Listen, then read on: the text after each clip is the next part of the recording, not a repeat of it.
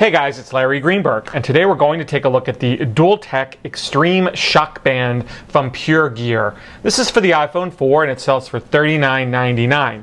It's a bumper style case, but what makes it different from many of the other bumpers out there is it offers a kind of unparalleled amount of protection. There are a few other bumper cases like this one that offer kind of max protection, but most bumpers are thin and really only serve to help with antenna band issues. This one actually serves to protect your iPhone.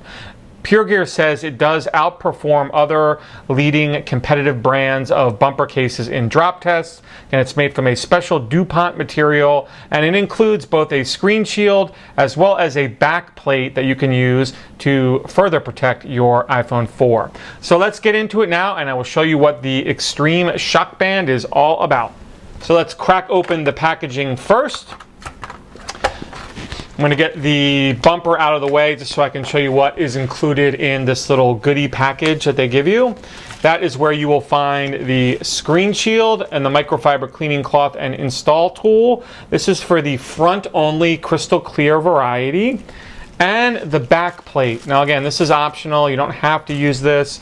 If you want a more just traditional bumper style look, you can omit this. But if you want to protect the back of your iPhone 4, you can put this in as well. Kind of has a pebbled, textured pattern to it. Not sure if you'll be able to make that out on camera, but it's basically just a plastic kind of, sheet that goes into the back of the case. And then here is the actual case itself. As you can see, it's quite beefier than the bumper style cases that you're probably used to. Definitely some more protection. It reminds me a lot of the iBand case that was kind of a big fail a while back for the 3GS. This one is kind of the same thickness. Definitely, I would say probably twice the size in thickness of the standard Apple bumper. I have one of those right here just so you can see it up close. Maybe not twice the size, but maybe 30% bigger. So you can see it side by side how much bigger this one is. So let's get it on the phone. I'll put it on first without the back plate, and then we'll get to installing the back plate later. It's a little bit hard to get on. It's kind of, it needs some stretching. It does have kind of this groove inside, if you can see that there, that you need to make sure you stick the iPhone into and get it kind of all lined up. It's just, it just takes a lot of stretching to get it on.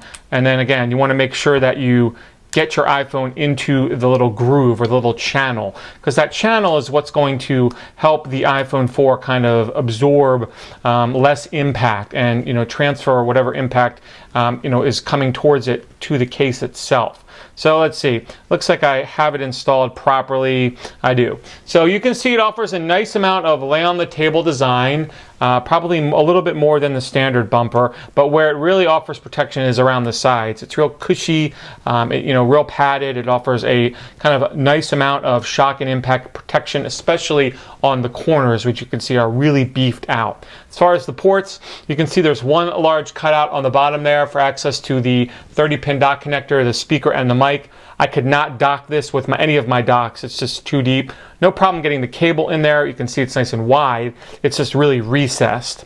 On the side here, it's got individual kind of nub buttons there for the volume buttons, and then one cutout there for the vibrate switch that allows it to work with both the AT&T and the Verizon version. I'm not sure how much I like the cutout here. You can see with my Verizon iPhone, they cut it so it's right down to the bottom. If I put it in a little bit closer, I would rather have seen this a little bit bigger just to make it look a little bit more centered. But, it is what it is. On the top, there is another very deep cutout for the headset jack. It's big, though. You should be able to get most headphones jacks in there. It's just very recessed. And, of course, that cutout also allows for access to the secondary mic. And then the sleep awake button has a similar button like that of the volume buttons. Gives you really nice feedback when you press it. No issues there. You can see the back. I'll put the back plate in a minute so you can see. Right now I have a crystal clear screen shield on the back of my iPhone 4. So you can, you can rock it either way. You can go fully naked, put a crystal clear screen shield. You can put the back, you can put a skin on here. It'll work with any of those. Again, there's the look of the front. Again, it's got beefy corners. Feels pretty good in the hand. I will say that it does kind of flex on the side. See, if I hold it like that, you can see it moving there. So it's not necessarily the greatest fit. There is a little bit of a movement there, but I think that is, you know, in part to that little channel that runs up the side that allows it to absorb the impact. So let's take it off, and I'll put the back plate in just so you can see how it looks with the back plate on.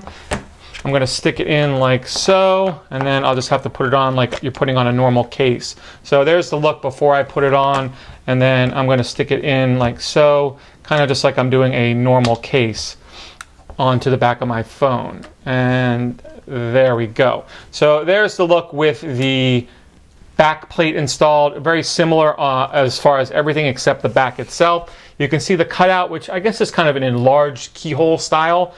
This actually makes it fit a little bit better. When I have this installed, I'm not feeling the flex on the side at all. So it does seem to fit a lot better with the back plate on. Remember I was showing that little flex there? I don't have that problem at all when I put the black back plate on, because I think it just pushes it out and allows it to fit a little bit better.